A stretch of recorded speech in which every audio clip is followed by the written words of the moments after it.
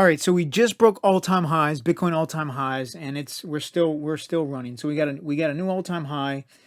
Last time I did a video was about a week ago, and I talked SHIB. I said that I thought that was pretty much the top for a little while on SHIB, and that I was looking for a pullback to lower levels, and also was it going to go to a penny or 10 cents? I didn't think so.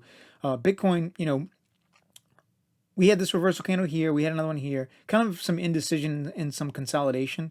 If I'm looking at the RSI, I'm getting ready to break out above overbought. But as you can see, as we run up, we can stay overbought for a while, and price can still, once we break into this upper 70 area, it's more of like a momentum indicator rather than like overbought, oversold. There is some bearish divergence that's happening, but I mean, I think those levels are going to go higher. We can pull up the CMF real quick because we do have some. I mean, that was pretty much flat.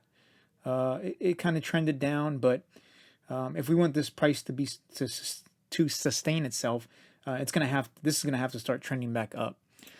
Daily bearish divergence, but if we look at the TD sequential, we have a green 2 above green 1 above it, the 9 above prior all-time highs.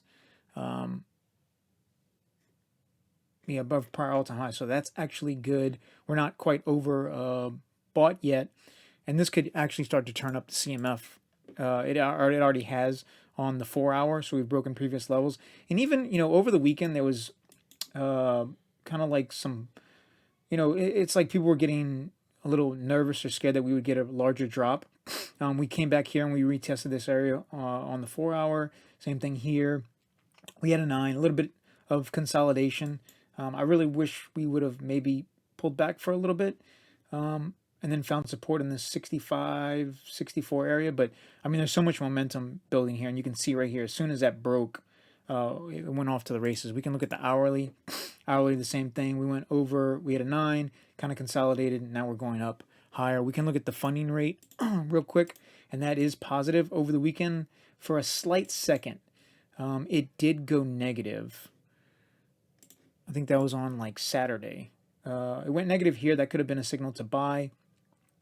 The CMF didn't give us a signal to buy really until right here it started to converge up. We kind of broke this little resistance area right here on the 4-hour, and we've gone up. I mean, you can see the CMF really started to get momentum. I'm trying to remember exactly when this went negative. It went negative on the hourly for just a little bit of time. It was like for 30 minutes maybe. So that would have been like the 6th. It was like right here on the 7. And then you had the CMF converging up right here as price was falling. And I wish I could play this back. Let's see if I can figure out how to play this back. Replay. Here. Oh, no, it won't let me. I don't have that option at this smaller time frame. But either way, it was like right here. You can kind of see where the funding rate was a little neutral.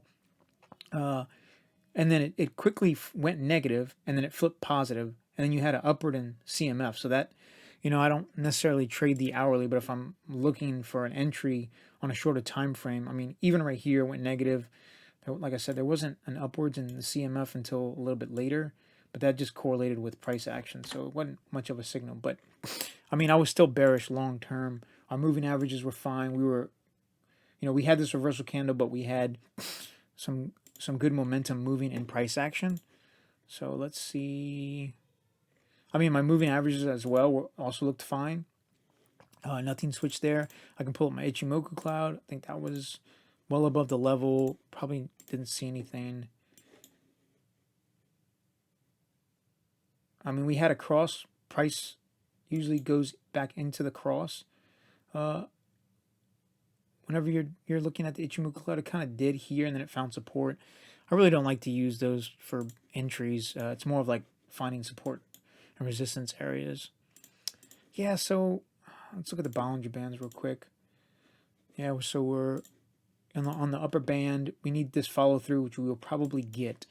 You can see that if I look at the width, Bollinger Band width, we were in a time of kind of relatively lower volatility, and given all the other metrics, because there was some on-chain metrics, and hopefully in the future I hope to provide that, that were showing that there was liquidity lower. It's like liquidity shock on the amount of coins that were actually being like held by long-term holders. So this move I think is more of a fundamental move than a technical move, because I mean, if I'm looking technically at this, yeah, I'm bullish. My moving averages were up, but my CMF is diverging. I mean, my hash ribbons were still bullish, so that's great.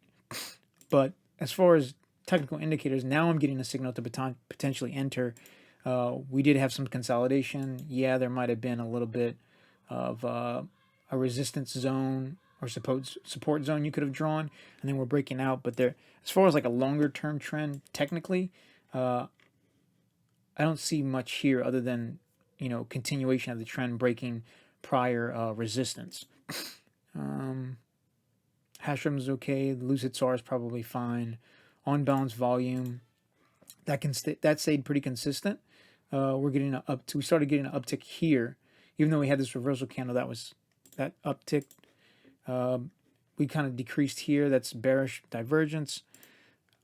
So, other than that, I mean, there's nothing here that would have technically given me an indication that I needed to go long on a shorter time frame. But overall, I was still bullish on a longer weekly, monthly time frame. So now we're hitting all-time highs. But so that's about it. I mean, we can look at these Mayer multiple bands. Is something I like to use.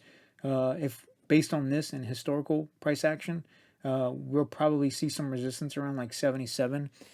Is this sustainable? I think it is, as long as we see, these are momentum indicators. So as long as we see this momentum start to shift up, these indicators start to trend up, we should have, continued price action upwards. I mean, fundamentally, the market is bullish. The infrastructure bill just passed. It's like another 1.7 trillion into the markets. S&P keeps on hitting all-time highs. So yeah, I'm looking at this potential 77,000 area for possible resistance.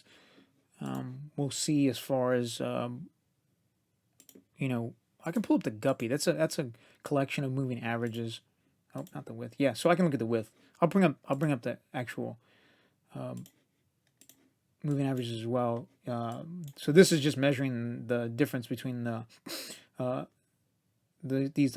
green bunch of moving averages and the redder bunch of moving averages. These are longer term exponentials and these are shorter term exponentials. You can see we have been much higher. So we're lower than what we have seen before, higher than what we've seen back in 2020. But so I mean, you can kind of appreciate the run up that we actually saw here when we essentially broke over. It's really 10,000, but you really started to see an increase once 20,000 was broken. We went up. So and then also TD sequential, you had a 9 consolidation and an upward movement. So we're here on a 6, breaking previous all-time highs. I mean, I'm bullish on this. Separation isn't as large as we've seen in the past, so that's not indicating any sort of technically any sort of indication that prices gonna fall or anything like that. It's still bullish. So yeah, so I'll go over SHIB real quick, only because I mean I talked about it last time, and technically it shows some good it showed some good support. Like it actually followed TD sequential pretty good. So we hit the 9, continuation of that, went down, found support at these previous levels that I'd marked where these exhaustion points were, came up, sold off exactly where the previous support was, and now is resistance. So I can take that off my chart here. I mean, we perfectly turned over, and right now doesn't look too great. Yeah, the market overall is kind of moving up because alts tend to move whenever Bitcoin moves, but my CNF trending down is not great, especially on this. I mean, 4 hours not super small, but it's a smaller time frame. Hourly looks like it's trending up, but if I go to the daily, that's kind of flat. This doesn't look great. I thought this was like a secondary high to this price movement. Maybe we can get one that goes a little bit higher. You're looking for bullish action once it closes above what is it, 67.07 on SHIB. If I'm just looking at this asset technically. So also I was in Tesla. I called that out. I actually exited my position today. Yeah, I mean, we're getting the indicators are breaking down. So 4 hours breaking down, daily RSI is breaking down. We're getting aggressive price movement. Elon posted over the weekend if he was going to sell or not sell his shares. The vote on Twitter was that he was going to sell. Is that responsible for this price movement? People might, say that is the narrative and that's the case. But I'm going to say, I mean, we were already toppy anyway. So you can look at this Bollinger Band. The Bollinger Band width has probably also never been as high as it is now in a very long time. So I'm here. Oh, the volatility's down. It hasn't caught up yet, but you can see I'm outside of these Bollinger Bands. And historically, I mean, I'm outside of the upper band. When was the last time I was outside of the upper band? With a candle completely here, and then we eventually fell. This looks like, I mean, this is a pretty big pullback. More than 63%. I mean, that was COVID though. Do we have another one here? But we consolidated around this 9. We went higher. But I mean, I'm just the way it's moving. I mean, it's moved up so much. I think there's going to be a pullback. I think we'll see support at these, like, between, say 1,000 and 1,100. I think we'll hit these other areas. You can see it on the CMF and on the RSI that they're starting to break down. This didn't have enough momentum to break the previous all-time high. That's bearish divergence. This is already breaking down. 4 hour, I think, already broke down, selling. Had a little bit of a bounce, but then, I think we're going down. Weekly, starting to trend down. It hit like a resistance level. I can draw a line here to show that. Yeah, see, so through its history, yeah, it's been above it. If I zoom in here, had resistance and then broke above it, had bearish divergence here, and then it broke down. If I go here around this level, and I'm just solely using the CMF, here, broke out, found support, kind of went up in price action, and then eventually, once it broke back down below it, yeah, we had what? Let's see, 2 weeks of, maybe an additional 11%, 12% if you would have caught the high, and then it pulls back, finds support at this previous 9, breaks down further, but, I mean, you can see here, resistance, it was resistance, but we had, movement here. It was bearish divergence, and eventually it broke down, hit a high, went up, broke down, pulled back. This was, this is COVID, so it's kind of an outlier. Would this potentially could have continued up? Not quite sure if we wouldn't have had COVID, but so here's resistance again. We had a good trend up, 24% 1 week.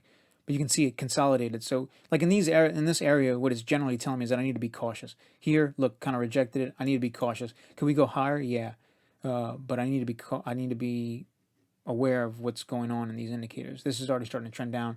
Could we come down, find support here, and then go back off to the races? Yeah, that'll probably be indicated by a break of this level, this 0.31. That'll be maybe an opportunity to take a shorter term trade, because once it goes above this, it doesn't spend much time in bullish price action before it actually comes back down. Like this time frame was what? 14 weeks? Yeah, 14 weeks. So 3 months, a little bit more than 3 months. Yeah, there's opportunity, but you're kind of maybe like playing with fire. 14 weeks and 50%. That's a good move, but you still got to be mindful if you're going to be trading in that area.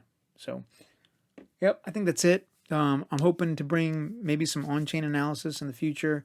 It's been a year since I started this channel, and I started with basically straight technical analysis. I think technical analysis is good, and maybe some people enjoy it, but I think there's a learning curve there. Um, and I mean, there are some technical analysis guys that do it. Um, I'm not sure. I mean, I just I think moving forward, there's going to be a lot more demand for on chain. So we'll see. I'm going to play around with that, but we'll see how that goes. If I do or don't continue giving this analysis, um, I guess you'll find out. But I just felt, at least through this cycle, if we hit new all-time highs or something exciting happens, if you're looking for what potentially could happen next, I mean, I'll kind of show and, come on and talk about that. But so that's it, and thanks for watching.